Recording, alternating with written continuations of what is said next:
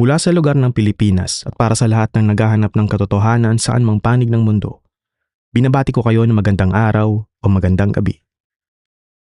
Maligayang pagdating sa ating panibagong episode. Ang layunin ng podcast na ito ay hindi para manira ng relihiyon, simbahan o pastor. Ang layunin natin ay hikayatin ang bawat mananampalataya na gawin ang paulit-ulit na utos ng kasulatan.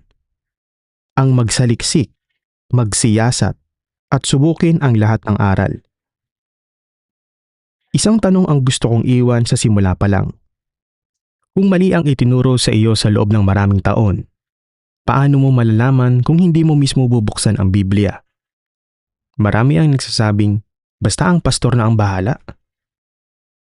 Pero kailanman ay hindi sinabi ng Diyos na ang pastor ang sasagot para sa iyong kaluluwa sa araw ng paghuhukom.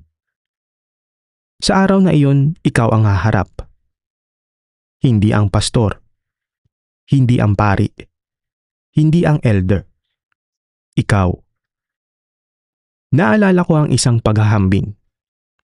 Ang isang tao na mahilig lang sa pelikula ay madalas naghahanap sa simula, gitna at wakas. 2 oras lang, tapos na. Pero ang taong nanonood ng serye ay handang maglaan ng maraming oras upang makilala ang bawat karakter, maunawaan ang kasaysayan, makita ang koneksyon ng bawat pangyayari at matuklasan ang mga detalyeng hindi agad napapansin. Parang ganito rin minsan ang nangyayari sa pananampalataya. May mga Kristiyano na gusto lamang marinig ang simpleng mensahe. Namatay si Kristo. Nabuhay siya. Manampalataya ka. At doon na nagtatapos ang kanilang pag-aaral. Ngunit ang kasulatan ay hindi lamang tungkol sa simula at wakas. Ito ay may kasaysayan, may kultura, may mga propesiya, may mga tipan, may mga salitang isinalin mula sa Hebrew at Greek. May mga pangyayaring nagbigay linaw kung bakit isinulat ang bawat aklat. Kung gusto mong makilala ang Diyos ng mas malalim, hindi sapat ang movie version. Kailangan mong pag-aralan ang buong series. Hindi pinuri sa kasulatan ang mga taong basta naniwala. Pinuri ang mga nagsasaliksik. Acts chapter 17 verse 11. These were more noble than those in Thessalonica, in that they received the word with all readiness of mind, and searched the scriptures daily, whether those things were so. Pansinin. Si Apostle Paul na mismo ang nangangaral, pero hindi sinabi ng mga taga-Berea, si Paul na yan, sigurado ng tama. Hindi. Sinuri pa rin nila. Kung si Paul ay sinuri, mas lalo na ang sinumang pastor ngayon. Subukin ang mga espiritu. 1 John chapter 4 verse 1.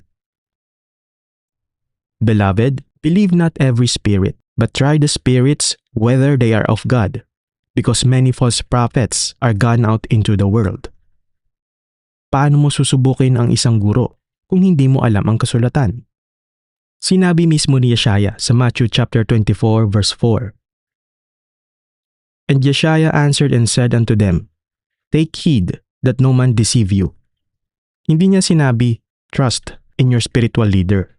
Ang sabi niya, take heed o mag-ingat kayo. Personal ang utos na ito. Tingnan natin ang problema ng blind dependence. May mga taong kabisado ang pangalan ng kanilang pastor, pero hindi kabisado ang nilalaman ng kanilang Biblia.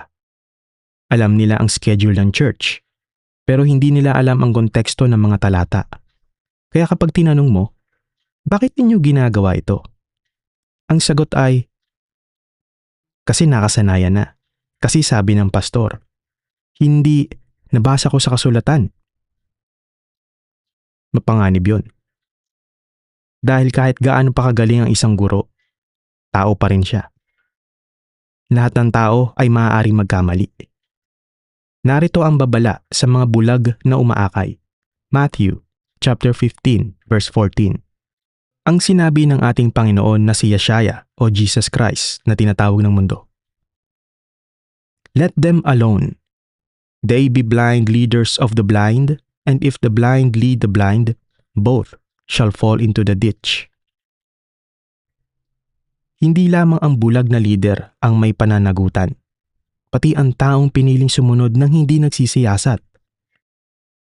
Narito ang nami-miss out ng maraming believers ngayon. Ang kasaysayan ay mahalaga. Marami ang nagsasabing, hindi mahalaga ang history. Di ba ang history nasa school lang yan?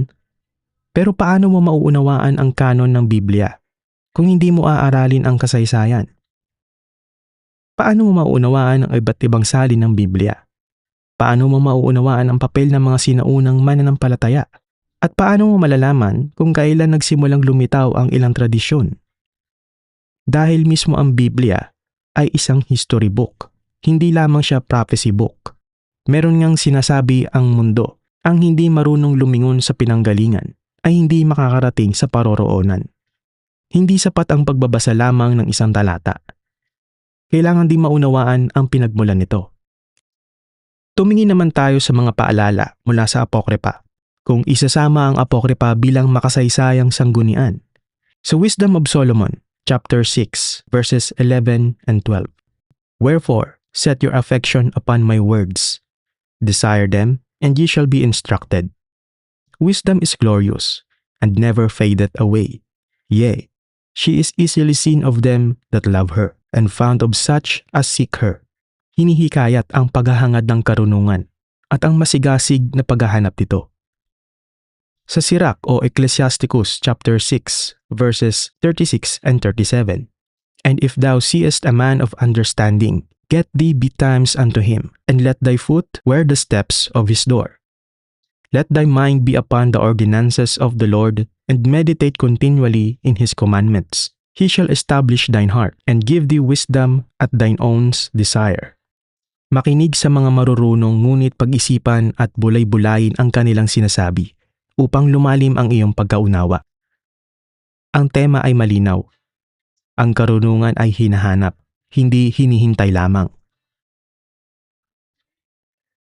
Tandaan natin, hindi pastor ang tagapagligtas. Mahalaga ang pastor, kailangan sila. Kaloob sila ng Diyos para magturo. Ngunit, hindi sila ang ating tagapagligtas. Hindi sila ang magiging hukom natin. Ang tunay na pamantayan ay ang salita ng Diyos. At ito ang hamon para sa lahat. Sa susunod na makarinig ka ng sermon, huwag mo itong tanggapin dahil lamang maganda ang pagkakapresenta. Buksan mo ang iyong Biblia. Basahin ang buong kabanata. Tingnan ang konteksto. Alamin ang orihinal na kahulugan. Magtanong, magsaliksik, at hilingin sa Diyos ang karunungan.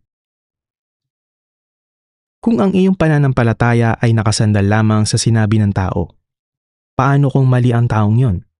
Ngunit, kung ang iyong pananampalataya ay nakaugat sa salita ng Diyos, kahit magbago ang opinyon ng tao, mananatili kang matatag. Kaya huwag mong iasa sa pastor ang iyong kaligtasan. Iasa mo ito sa Diyos, at tiyaking ang iyong pinaniniwalaan ay nasusubok sa pamamagitan ng kasulatan.